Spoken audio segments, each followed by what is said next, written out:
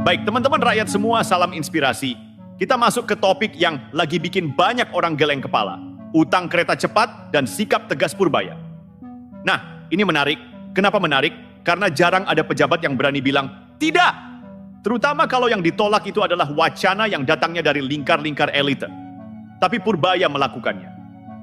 Dia bilang, utang kereta cepat jangan dibayar pakai APBN. Utang KSIC dibayar biaya APBN. Kalau di Badan Antara kan mereka udah punya manajemen sendiri, udah punya dividen sendiri. Rata setahun bisa 80 atau lebih. Harusnya mereka manage dari situ, jangan ke kita lagi. Simple, tapi nyentil. Kalimat itu seperti tamparan halus ke arah sistem yang selama ini doyan menyelamatkan proyek gagal dengan uang rakyat. Coba bayangkan, ya, proyek kereta cepat ini bukan proyek kecil.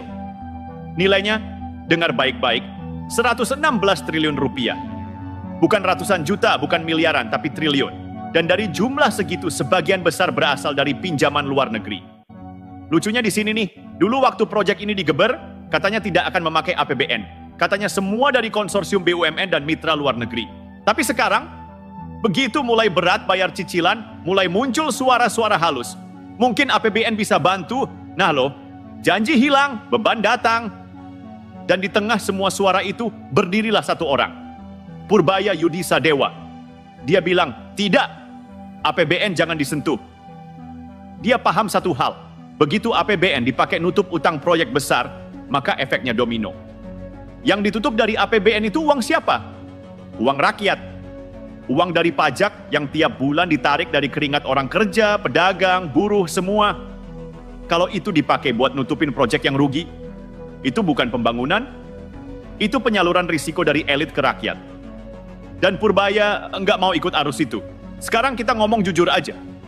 Kalau bicara proyek kereta cepat, siapa yang paling aktif dari awal sampai sekarang? Ya, pasti kita dengar satu nama. Luhut Binsar Panjaitan. Semua urusan besar selalu ada namanya di situ. Mulai dari negosiasi, tender, sampai hubungan dengan pihak Cina, semua lewat Luhut.